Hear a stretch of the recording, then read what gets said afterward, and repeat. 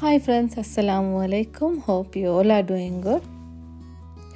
Arabsல இருக்கக்கூடிய ட்ரெடிஷனல் டெசர்ட்ல இன்னைக்கு செய்ய போற இந்த துளும்ப ரெசிபியும் ஒரு முக்கியமான ஒரு டெசர்ட் தான்.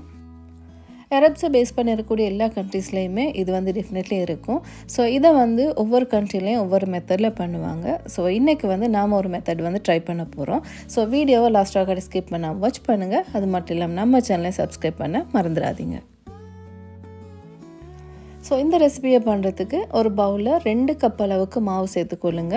நீங்கள் 2வது கப் மாவு சேர்க்கும் போது அதிலிருந்து 1 டேபிள் ஸ்பூன் அளவுக்கு மாவை எடுத்துட்டு அதுக்கு பதிலாக 1 டேபிள் ஸ்பூன் அளவுக்கு மில்க் பவுடர் சேர்த்துக்கொள்ளுங்க. அதுக்கு 2 டேபிள் ஸ்பூன் அளவுக்கு கார்ன்ஃப்ளவரையும் சேர்த்துட்டு அது ஒரு முறை நல்லா மிக்ஸ் பண்ணிவிட்டு ஒரு சைடில் வச்சுருவோம்.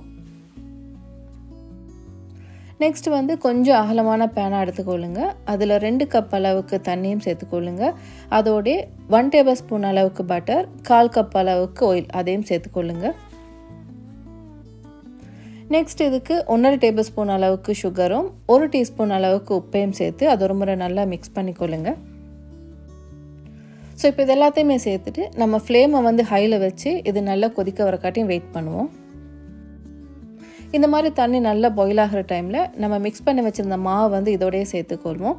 மாவை சேர்த்த உடனே நம்ம ஃப்ளேமை நல்லா சிமர் பண்ணிவிட்டு இந்த மாதிரி நல்லா மாவை மிக்ஸ் பண்ணிக்கொள்ளுங்க. நம்ம இடியாப்பமெல்லாம் மாவு எந்த மாதிரி பிசைஞ்சு எடுப்போமோ அந்த மாதிரி இந்த மாவை நல்லா பிசைஞ்சு கொள்ளுங்க. மாவு இந்த மாதிரி நல்லா பிறண்டு வர மாதிரி பிசைஞ்சு எடுத்துட்டு இது ஒரு பவுலுக்கு ட்ரான்ஸ்ஃபர் பண்ணிக்கொள்வோம். இந்த மாதிரி பவுலில் ட்ரான்ஸ்ஃபர் பண்ணிவிட்டு நான் வீடியோவில் காட்டுற மாதிரி இந்த பவுல்லே இந்த மாவை ஸ்ப்ரெட் பண்ணிக்கொள்ளுங்க. ஸோ இந்த மாவு கம்ப்ளீட்டாக ஆறும் வரக்காட்டி அதை அப்படியே வச்சுட்டு இதுக்கான சுகர் சிரப்பை பார்த்துடலாம்.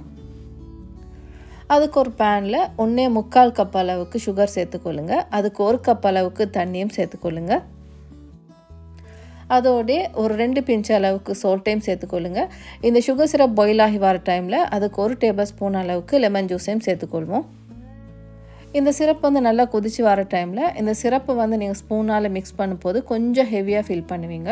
ஸோ அந்த டைமில் நீங்கள் உங்கள் 2 கையால் நீங்கள் டச் பண்ணி பார்த்தீங்கன்னா இந்த மாதிரி உங்களுக்கு இந்த நூல் பதம் கிடைக்கும். ஸோ அந்த டைமில் நீங்கள் இந்த சிரப்பை ஆஃப் பண்ணிக்கொள்ளுங்க.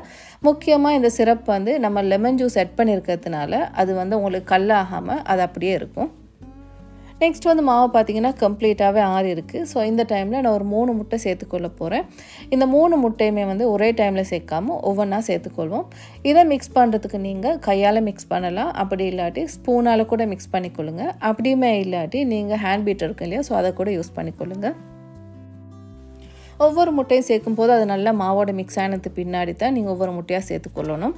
நெக்ஸ்ட் லாஸ்ட்டாக நீங்கள் முட்டை சேர்க்கும் போது அதோட 1 டீஸ்பூன் அளவுக்கு வெனிலாவையும் சேர்த்துக்கொள்ளுங்க.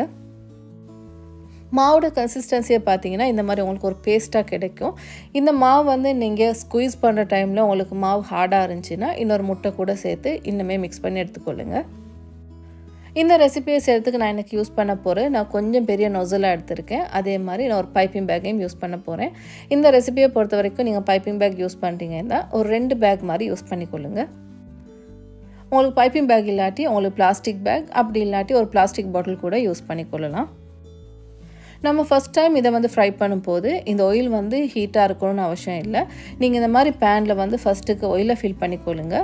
நெக்ஸ்ட் ஒரு சின்ன பவுலில் ஆயிலுமே எடுத்துக்கொள்ளுங்க. நான் இன்றைக்கி இந்த சிசர் தான் யூஸ் பண்ணுறேன். அடிக்கொருமுறை இந்த சிசரை ஆயிலில் டிப் பண்ணி எடுத்தால் எனக்கு இந்த பேஸ்ட்டை ஸ்டிக் ஆகாமல் கட் பண்ணுறதுக்கு ஈஸியாக இருக்கும். இந்த மாதிரி நீங்கள் ஃப்ரை பண்ணக்கூடிய பேனில் ஆயில் சேர்த்துட்டு உங்களுக்கு தேவையான சைஸில் இதை ஸ்குவீஸ் பண்ணி கட் பண்ணிக்கொள்ளுங்க. முக்கியமாக இதை பேனில் சேர்க்கும் போது கொஞ்சமாக சேர்த்துக்கொள்ளுங்க. ஏன்னா அது ஃப்ரை ஆகும் போது அதோட சைஸும் கொஞ்சம் பெருசாக இருக்கும். ஸோ அதனால் ஸ்பேஸ் விடுற மாதிரி கொஞ்சம் சேர்த்துக்கொள்ளுங்க. ஆயில் கொஞ்சம் கொஞ்சமாக ஹீட் ஆகி வர டைமில் நம்ம துளும்ப பீஸும் ஸ்லோவாக ஃப்ரை ஆகிறது ஸ்டார்ட் ஆகும். முக்கியமாக இதில் கலர் மாறும் வரக்காட்டியும் ஸ்பூனை விட்டு மிக்ஸ் பண்ணாமல் இந்த மாதிரி லைட்டாக கொஞ்சம் ஷேக் பண்ணி விடுங்க. அதில் கலர் மாறி வர டைமில் இந்த மாதிரி ஸ்பூனை விட்டு கொஞ்சம் மிக்ஸ் பண்ணிட்டு இருந்தீங்கன்னா எல்லா சைடுமே ஈவனான கலருக்கு ஃப்ரை ஆகிரும். இந்த துளும்ப பீஸ் கொஞ்சம் நல்லா கலராக ஃப்ரை பண்ண வரக்காட்டி எடுத்திங்கன்னா தான் அதில் வெளி லேயர் கொஞ்சம் கிறிஸ்பியாக இருக்கும்.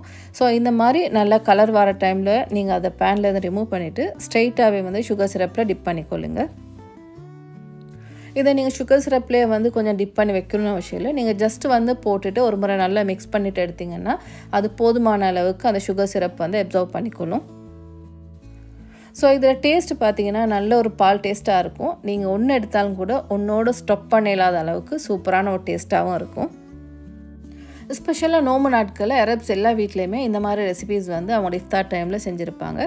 ஸோ நம்மளே இந்த டைமில் இதை ட்ரை பண்ணி பார்ப்போம். See you soon with another vlog. Thank you.